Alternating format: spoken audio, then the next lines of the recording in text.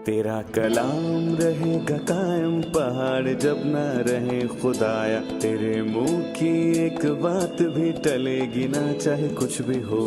तेरी मान दिए है जिंदा सोने से भी कीमती, मेरा दिल ये दे गवाही है ये किताब अज़ीम।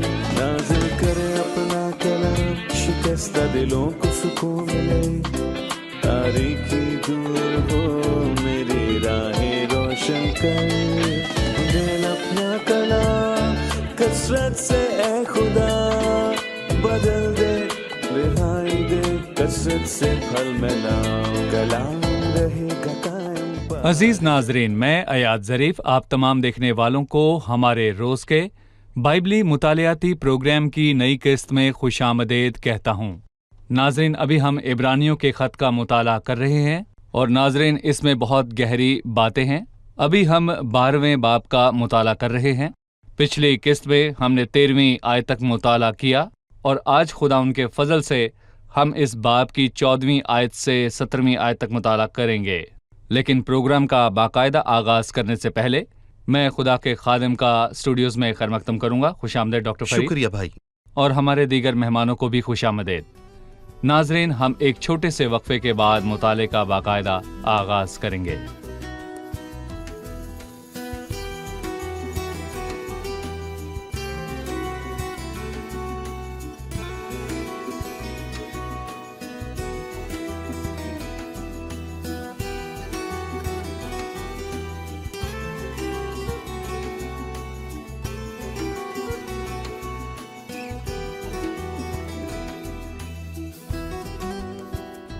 खुशामदीद डॉक्टर फरीद। आपका शुक्रिया डॉक्टर फरीद, हम 12वें बाब पर हैं और मैं अभी 14 ता 17 आयात आपके सामने पढ़ूंगा, उसके बाद आपसे सवाल करूंगा। सबके साथ मेल मिलाप रखने और उस पाकीज़गी के तालिब रहो जिसके बगैर कोई खुदावंद को ना दिखेगा। गौर से देखते रहो कि कोई शख्स खुदावंद के फजल से महरूम न रह जाए। ऐसा न हो कि कोई कड़वी जड़ फूट कर तुम्हें दुख दे और उसके सबब से अक्सर लोग नापाक हो जाएं। और ना कोई हरामकार या ईसाऊ की तरह बेदीन हो जिसने एक वक्त के खाने के एवज अपने पिलौठे होने का हक बेच डाला, क्योंकि तुम जानते हो कि इसके बाद जब उसने बरकत का वारिस होना चाहा तो मंजूर ना हुआ, चुनाचा उसको नियत की तब्दीली का मौका ना मिला। गो उसने आंसू बहा बहा कर उसकी बड़ी तलाश की। भाई, उसने 14वीं आयत में मेल मिलाप की बात की। सबके साथ मेल मिलाप रखने और उस पाकीज़गी के तालिब रहो जिसके बगैर कोई खुदा उनको ना देखेगा। पाकीज़गी की बात करने से पहले सबके साथ मेल मिलाप की कोशिश करने से क्या मुराद है? मैं पिछली आयत पर जाना चाहूँगा। यहाँ पर तरबियत की बात के बाद उसने 3 नसीहतें की। पहली, पस ढीले हाथों और सुस्त घुटनों को दुरुस्त करो। हमने पिछली किस्त में इस पर बात की। दूसरी नसीहत, अपने पाँव के लिए सीधे रास्ते बनाओ। तीसरी नसीहत जिसके साथ हम आज की किस्त का आगाज करेंगे, सबके साथ मेल मिलाप रखने और पाकीज़गी के तालिब रहो जिसके बगैर कोई खुदा को ना देखेगा।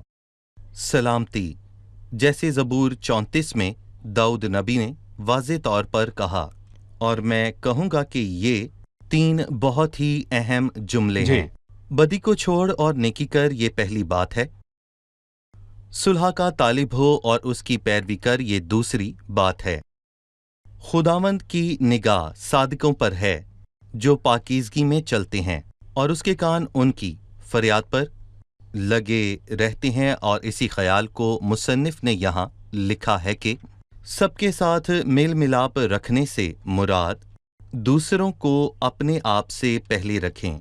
सबके साथ मेल मिलाप रखें और अपने मुखालफों से दुश्मनी ना करें। सब लोगों से, सबसे यानी सबके साथ, यानी जिनके साथ मैं ज़हनी और मजहबी तौर पर मुत्तफिक हूँ, और हत्ता कि उनके साथ भी जिनके साथ मुत्तफिक ना हूँ। यकीनन सब लोगों से क्यों? ये अजीम असूल है जो सबसे अजीम सरदार यीशु मसीह ने सिखाया है। कोशिश करने के अलावा उसने कहा कि मेल मिलाप रखो, सबके साथ मेल मिलाप रखो, सबके साथ, और कहा कि किसी के साथ किसी किस्म का कोई फर्क ना रखो। जमीन पर ऐसी तालीम और कहाँ मिलती है? किस तहजीब या फलसफे में ये सिखाते हैं? یہ نصیحتیں کہاں ملتی ہیں کہ ایماندار سب لوگوں سے میل ملاپ رکھیں، بے شک وہ ان سے مختلف ہوں، سلامتی سے رہیں؟ صرف بائبل میں یہ موجود ہے۔ صحیح، سب کے ساتھ میل ملاپ رکھنے کے طالب رہو، یہ افقی سمت ہے یعنی لوگوں کی جانب، اور ایک عمودی سمت ہے یعنی کہ خدا کی جانب۔ اس پاکیزگی کے طالب رہو جس کے بغیر کوئی خداوند کو نہ دیکھے گا۔ اس بارے میں آپ ہمیں کچھ بتائیں۔ پاکیزگی میں سب سے پہلے میں طالب رہنے کی بات کروں گا۔ ہمیں روزانہ پاکیزگی میں چلنے کی ضرورت ہے، اور ہمیں روزانہ ایسا کرنا ہے۔ یہ ایسا نہیں کہ ہم کبھی کبھی کریں، کسی روحانی بیداری یا خاص عبادت میں کریں، بلکہ میں کہوں گا یہ روزمرہ کا عمل ہے، اور طالب رہنے کے معنی ہے اس کے پیچھے چلنا اور پھر ایمان اور پاکیزگی کو اپنے سامنے رکھنا۔ ہم پاکیزگی کے متعلق ہم جانتے ہیں، اور نئے عہد نامے میں یہ 4 طرح کی ہیں۔ تقدیس جو کہ ایمان سے پہلے ہے، پہلے پطرس پہلے باب میں روح کے پاک کرنے سے فرمانبردار ہونے اور یسوع مسیح کا خون چھڑکے جانے کے لیے برگزیدہ ہوئے ہیں۔ پھر شرعی پاکیزگی ہے، ہمارے ایمان لانے کے وقت سے ہی خدا نے ہمیں مقدس گنا، اور پھر عبرانیوں کے خط میں یہ لکھا ہے کہ پس اے پاک بھائیو، پھر روز مرہ کی پاکیزگی جس میں چلنے اور بڑھنے کی ضرورت ہے، یعنی میں مسلسل خدا کی پاکیزگی میں زندگی بسر کروں گا، روح بدن اور جان کی پاکیزگی کے ساتھ ہر گزرتے دن کے ساتھ میں خداوند کا بنتا جاؤں گا۔ مطلب کہ وہ کہتا ہے کہ دنیا یا گناہ کو اپنا آپ نہ سونپیں، اور ہم چوتھی پاکیزگی کے منتظر ہیں، کامل تقدیس اور پاکیزگی، اور مسیح کی آمد پر ہم پورے طور پر تبدیل ہوں گے، اور افسیوں 5 میں اس کا تذکرہ ہوا ہے کہ وہ کلیسیا کو جلالی کلیسیا بنائے گا، اور وہ بے داغ ہوگی، خدا کی کلیسیا بے داغ ہوگی۔ یہ کیسی پاکیزگی ہے؟ یہ تیسری قسم ہے، روزمرہ عملی پاکیزگی ہے۔ پاکیزگی، اور یہاں ایک اہم بات لکھی ہے، جس کے بغیر کوئی خدا کو نہ دیکھے گا، اور یہ خداوند ہمارے استاد کا اصول ہے۔ مبارک ہیں وہ جو پاک دل ہیں، کیونکہ وہ خدا کو دیکھیں گے۔ مسیح نے یہ فرمایا، اور اگر آپ خدا کی نزدیکی چاہتے ہیں تو جان لیں کہ پاکیزہ زندگی اور خدا کی پاکیزگی کے سوا ایسا ہونا ناممکن ہے، اور تبھی ہم اس کے ساتھ رفاقت رکھ سکتے ہیں۔ داؤد نبی نے فرمایا، اگر میں بدی کو اپنے دل میں رکھتا تو خداوند میری نہ سنتا۔ آپ چاہتے ہیں کہ خدا آپ کی دعا کا جواب دے تو آپ میں کوئی گناہ نہ ہو، بلکہ میں کہوں گا کہ آپ کی زندگی خطاؤں اور بدکاریوں سے پاک ہو۔ مطلب اکثر دعاؤں کا جواب زندگی میں بدکاری کی وجہ سے نہیں ملتا۔ ٹھیک ہے یقیناً۔ ڈاکٹر فرید، میرا سوال ہے کہ اس نے خداوند کا لفظ کیوں استعمال کیا؟ جس کے بغیر کوئی خدا کو نہیں دیکھے گا کیوں نہیں لکھا؟ یا جس کے بغیر کوئی مسیح کو نہ دیکھے گا؟ کیا مسیح اور خداوند کے درمیان فرق ہے؟ اس نے خداوند ہی کیوں لکھا؟ اس نے خدا کے القابات میں سے ایک کو استعمال کیا جو لوگوں کے ساتھ اس کے تعلق کو بیان کرتا ہے۔ دینے لینے والا رشتہ، شرکت کا رشتہ، عہد استاد سے، اور اس نے کہا استاد سے کہ اس کے ساتھ رفاقت رکھنے اور اس کی الوہیت سے محظوظ ہونے کے لیے ہمیں پاکیزگی کی ضرورت ہے۔ ہمارا دل پاک ہونا چاہیے۔ صحیح۔ اور میں یہ بھی کہنا چاہوں گا کہ دوسرے کرنتھیوں اس کے 7ویں باب کی پہلی آیت میں لکھا ہے، پس اے عزیزو، چونکہ ہم سے ایسے وعدے کیے گئے، خدا نے ہم سے کئی وعدے کیے ہیں، جیسے کہ قادر مطلق فرماتا ہے، خدا ان کے سامنے قادر مطلق کی طرح تعارف کرواتا ہے، اور جو چاہتے ہیں کہ خدا کے ساتھ پاکیزگی سے چلیں، سو اس نے فرمایا، پس اے عزیزو، چونکہ ہم سے کئی وعدے کیے گئے ہیں، آؤ ہم اپنے آپ کو ہر طرح کی جسمانی اور روحانی آلودگی سے پاک کریں، اور خدا کے خوف کے ساتھ پاکیزگی کو کمال تک پہنچائیں۔ جی ایک سوچ رکھیں۔ صحیح۔ اس نے لوگوں کی جانب افقی سمت کی بات کی کہ میل ملاپ رکھے، اور پھر خدا کی جانب عمودی سمت ہے، پاکیزگی میں زندگی بسر کریں، جس کے بغیر کوئی خداوند کو نہیں دیکھ سکتا۔ 15वीं आयत गौर से देखते रहो कि कोई शख्स खुदा के फजल से महरूम न रह जाए। इस पर हम बात करेंगे, खुदा के फजल से महरूम न रह जाए, इससे क्या मुराद है?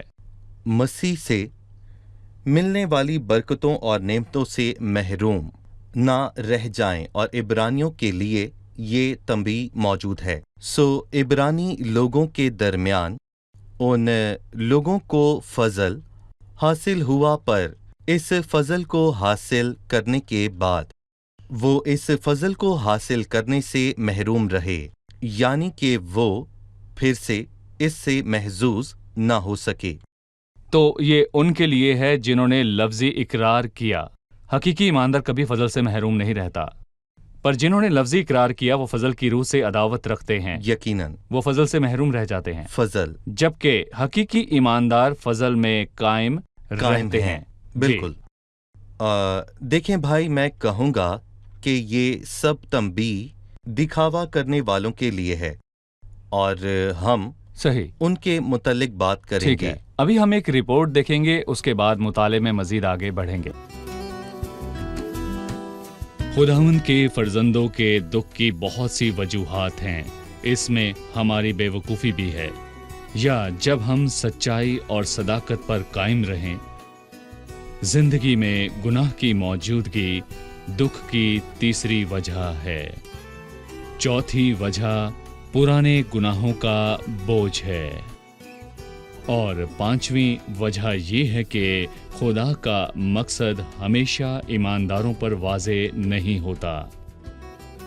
छठी वजह ईमानदारों का ईमान उनके दुख की वजह है, और हम इब्रानियों के ख़त के 11वें बाब में ये देखते हैं। कुछ ने अपना ईमान जाहिर किया और फतह पाई, लेकिन बाकी अपने ईमान की वजह से तलवार से कत्ल हुए। सातवीं वजह यह है कि खुदा ईमानदार की तरबियत करता है। इस तरबियत से उसका प्यार जाहिर होता है। 15वीं आयत है, गौर से देखते रहो कि कोई शख्स खुदा के फजल से महरूम ना रह जाए। ऐसा ना हो कि कोई कड़वी जड़ फूट कर तुम्हें दुख दे और उसके सबब से अक्सर लोग नापाक हो जाएं। तो क्या कोई भी खुदा के फजल से महरूम नहीं रहता? जो इससे महरूम हो वो हकीकी ईमानदार ऐसा है, नहीं। बिल्कुल वो जी, ईमानदार नहीं। जी, वो हकीकी ईमानदार नहीं। इससे आगे लिखा है अक्सर लोग नापाक हो जाएं। वो ईमानदारों को नापाक करता है। मुझे इसके मानी समझ नहीं आए। यानी ऐसा शख्स जो मसीह से अदावत रखे और उसकी तहकीक करे, उसका हमारे दरमियान होना कड़वाहट की जड़ बनता है, और फिर ये जड़ अपना फल देती है। सही। कड़वाहट पैदा होती है, और फिर दूसरे भी इससे मुतासिर होते हैं। जी। मैं मसीह के शागिर्दों में से मिसाल दूंगा। यहूदा, और आखिरी रात ये वाज़े हुआ कि उसको मसीह की कुछ कदर नहीं, कोई उसने मसीह अहमियत से नहीं। अदावत रखी। रखी। उसने अतर को देखा तो गरीबों को मसीह पर तरजीह दी। अफसोस के बाकी शागिर्द भी उससे असरअंदाज हुए, जी। क्योंकि उन्होंने भी रयाकारी की, सही। और मसीह ने उन्हें इससे खबरदार किया कि तुम्हारे दरमियान ऐसे लोग हैं जो यहूदियत की तरफ लौट जाने के सबब से मसीह और उससे मिली सब बरकत से अदावत रखते हैं, और इससे उनकी रूहानियत पर मनफी असर होगा। ठीक है। लिखा है अक्सर लोग नापाक हो जाएं, और ना कोई हरामकार या ईसाऊ की तरह बेदीन हो, जिसने एक वक्त के खाने के एवज अपने पिलौठे होने का हक बेच डाला। मतलब उसने कड़वी जड़ के फूट निकलने की बात की। उन्होंने मसीह से अदावत रखी।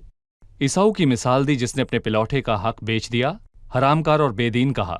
ये वाहिद हवाला है जिससे हमने जाना कि असाऊ हरामकार था। इसका जिक्र पुराने हम अहदनामे में नहीं पैदाइश हुआ। में इसको नहीं पढ़ते। उसने 2 शादियां की, और ऐसा करने वाला वो पहला शख्स नहीं था। लेकिन उसने कहा कि इस सब को दोहराने से हम इखलाकी बुराई की तरफ माइल होंगे, और ये बहुत संजीदा बात सही। है। अगर कोई दुरुस्त तालीम को छोड़ दे तो इसके नतीजे में उसकी जिंदगी में इखलाकी बुराई ही जन्म लेगी। उसने असाऊ को हरामकार कहा। हम इसके लफ्जी मानी देखें तो असाऊ ज़नाकार था, रूहानी तौर पर जिसने मसीह को जाना और उसको छोड़कर फिर दूसरे माबूदों की तरफ चला गया। रूहानी तौर पर वो शख्स ज़नाकार है। दूसरी चीज बेदीनी से क्या मुराद है? उसने खुदा की नेमत से अदावत रखी। सही। खुदा के मामलात की कोई अहमियत नहीं। असाऊ ने अपने पेलौठे होने के हक पर खाने को तरजीह दी, और इससे जाहिर होता है कि वो अपनी ख्वाहिशात को पूरा करने वाला शख्स था, और इसीलिए वो खुदा से मिली तमाम बरकत को कुर्बान करने को राजी था। आज तक खुदा हमें नेमतें बख्शता है, पर हम लोग अपनी तरजीहात के पीछे भागते हैं ताकि खुद मुतमईन हो। ये शर्मनाक है। उसने खाने के लिए अपना हक दिया। अगर यहाँ हम एक तंबीह करना चाहें कि जो लोग मसीह को छोड़कर बाकी चीजों के पीछे दौड़ना पसंद करते हैं, बिल्कुल। मसलन किसी को कोई लड़की पसंद नहीं। हो और उनका आपसी ताल्लुक हो और वो आपस में गुनाह करते हैं, तो उन्होंने मसीह को छोड़ दिया। उन्होंने एक बड़ा गुनाह किया। हाँ। या दूसरी जानिब कोई लड़की किसी लड़के को पसंद करे और मसीह को छोड़ ये दे, एक वक्त का खाना है, तो ये वही एक वक्त का खाना है अपनी जिसे ख्वाहिशात एसाऊ को ने पूरा करना। खाने के लिए अपना हक जी। भेजा। पुराने अहदनामे में पेलौठे की हक की क्या अहमियत है और उसने किस तरह इसे अदा किया? पेलौठा यानी सबसे बड़ा बेटा, वो बाकी बेटों से दुगनी मिरास पाता है, और पेलौठे को बाप बरकत देता है ताकि मुस्तकबिल में खुदा उसको बरकत बख्शे। और यहाँ पर मैं बहुत ही अहम बात करना चाहूँगा, क्योंकि मसीह पेलौठे की नस्ल से आने वाला था, और भाई अयाद, असाऊ और याकूब।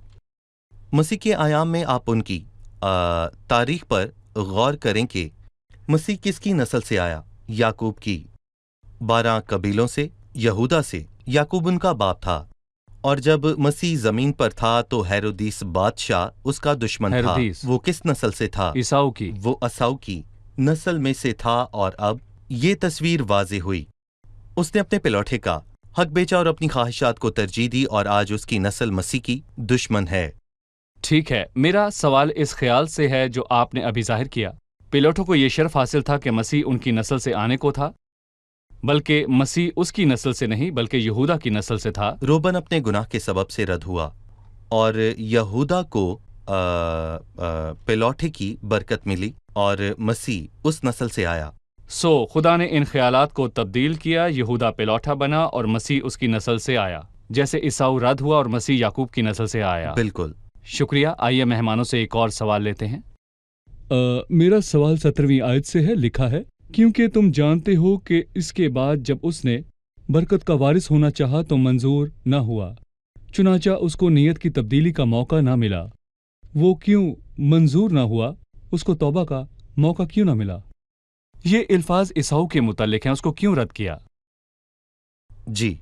क्यों क्यों? मंजूर ना हुआ? जब उसने तौबा करना चाही तो उसको मौका ना मिला। हम इस आयत को पढ़कर ठीक तौर पर समझेंगे। जी। लिखा है, क्योंकि तुम जानते हो कि इसके बाद जब उसने बरकत का वारिस होना चाहा तो मंजूर ना हुआ, और उसने आंसू बहा बहा कर उसकी तलाश की। क्यों? चुनांचा उसको नीयत की तब्दीली का मौका ना मिला, यानी उसको पेलौठे का हक बेचने का दुख ना था। उसने तौबा ना की। उसने खाना खाया और उसकी खातिर अपना हक बेच दिया, और खुदा की बरकत को रद्द किया। और जब बरकत पाने का वक्त आया तो आंसुओं से उसे पाना चाहा। जैसे बाप पूछे, तुझे अपनी की गलती पर अफसोस है? उसे खुदा के मामलात की परवाह ना थी। उसने आंसुओं के साथ अपनी बरकत पाना चाहिए। तौबा ना की। खुदा कभी भी किसी की तौबा से इनकार नहीं करता, ये आंसुओं के बगैर हो सही। या फिर इसके साथ हो। शिकस्ता दिल जरूरी है। ठीक है, क्या आप नाज़रीन की खातिर इस जवाब को दोहरा सकते हैं? ये स्क्रीन पर भी जाहिर होगा। ये स्क्रीन पर भी जाहिर होगा। क्योंकि तुम जानते हो कि इसके बाद जब उसने बरकत का वारिस होना चाहा तो मंजूर ना हुआ, चुनांचा उसे नीयत की तब्दीली का मौका ना मिला। गो उसने आंसू बहा बहा कर उसकी बड़ी तलाश की। शुक्रिया। हमारे प्रोग्राम का वक्त खत्म हुआ चाहता है। आइए मेहमानों से उनकी राय जानें।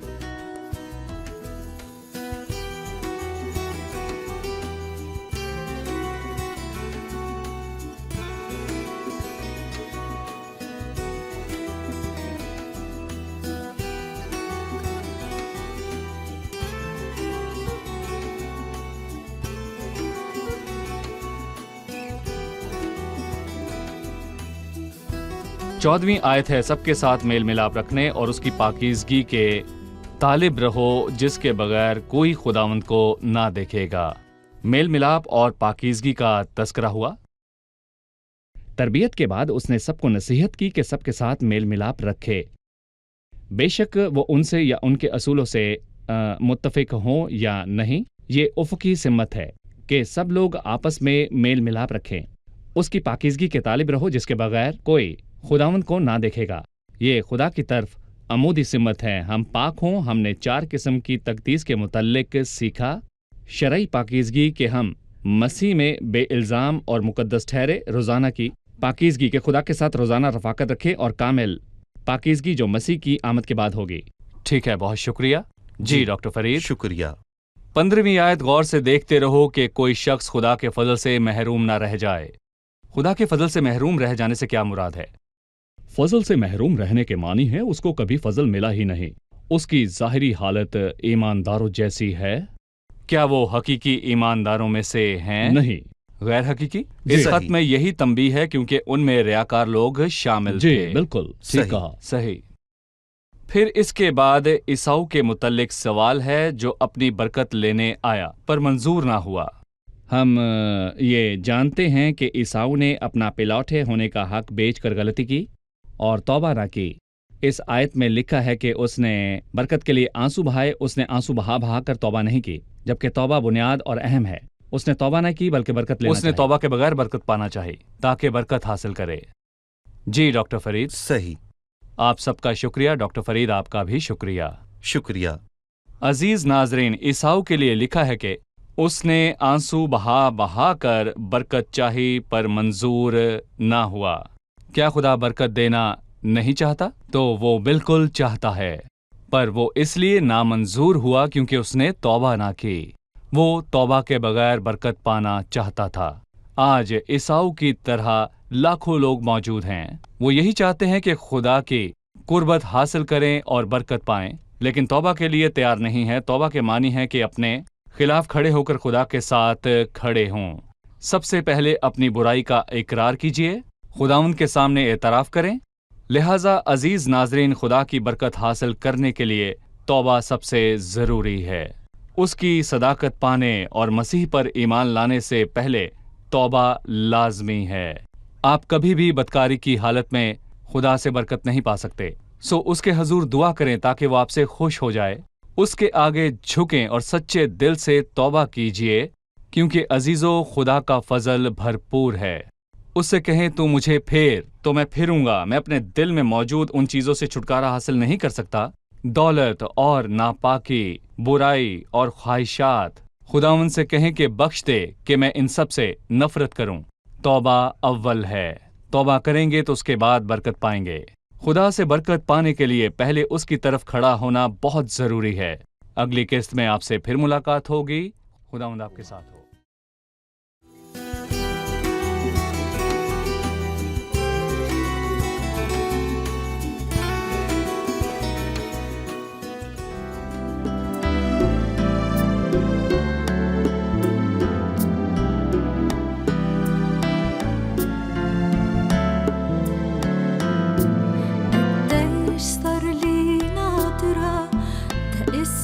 جواب من عندك يا ربي، صوتك عني غاب، صوتك عني غاب، صوتك عني غاب.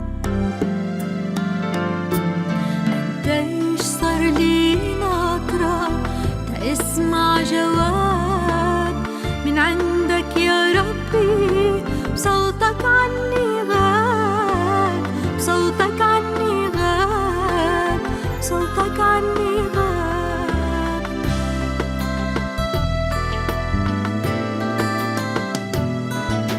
أنا قلبي تعب، مش قادرة أنطر بعد. أنا وضعي صعب وعم يدبل بعمر الورد، عم يدبل بعمر الورد. أنا قلبي تعب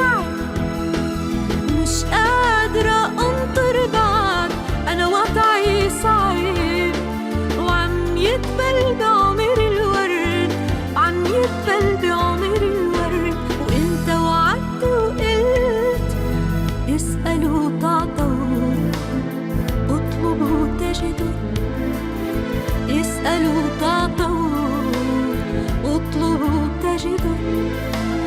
أنا عم بسأل أنا عم بطلب بدي من هالحالة أهرب. أنا عم بسأل أنا عم بطلب تعبانة وضيعت المهرب. دخيلك اسمعني أنا قلبي تعب.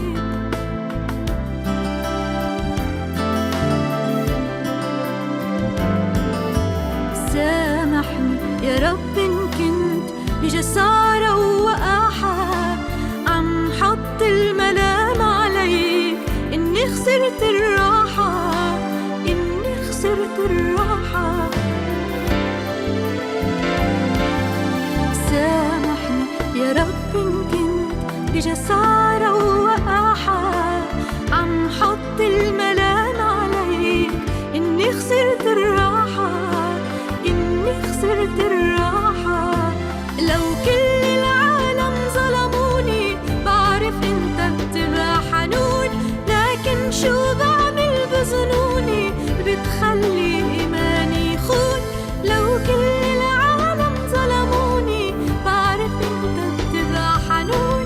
لكن شو بعمل بظنوني بتخلي إيماني يخون. شو كتار اللي لاموني شمتوا فيي وزلوني. شو كتار اللي لاموني شمتوا فيي وزلوني. قالوا إني مش عم شوفك شفيني فتح لعيوني. أنا قلبي تعب ومش قادرة أنطر بعد. أنا وضعي صعب وعم يدبل بعمر الورد. عم يدبل بعمر الورد. وانت وعدت وقلت اسألوا تعطوا اطلبوا تجدوا. اسألوا تعطوا اطلبوا تجدوا. أنا عم بسأل أنا عم بطلب بدي من هالحالة أهرب. أنا عم بسأل أنا عم بطلب تعبانة وضيعت المهرب. دخيلك اسمعني أنا قلبي تعب. دخيلك اسمعني أنا قلبي تعب.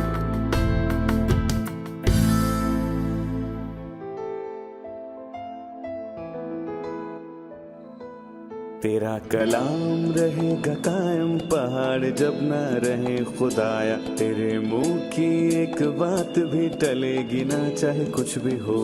तेरी मान दिए है जिंदा सोने से भी कीमती। मेरा दिल ये दे गवाही है ये किताब अजीम। नाज़िल करे अपना कलाम शिकस्ता दिलों को सुकून मिले। तारीकी दूर हो मेरी राहें रोशन कर। दे अपना कलाम कसरत से ए खुदा बदल दे रिहाई दे कसरत से फल मिला। कलाम रहेगा कायम पहाड़ जब ना रहे खुदाया। तेरे मुंह की एक बात भी टलेगी ना चाहे कुछ भी हो।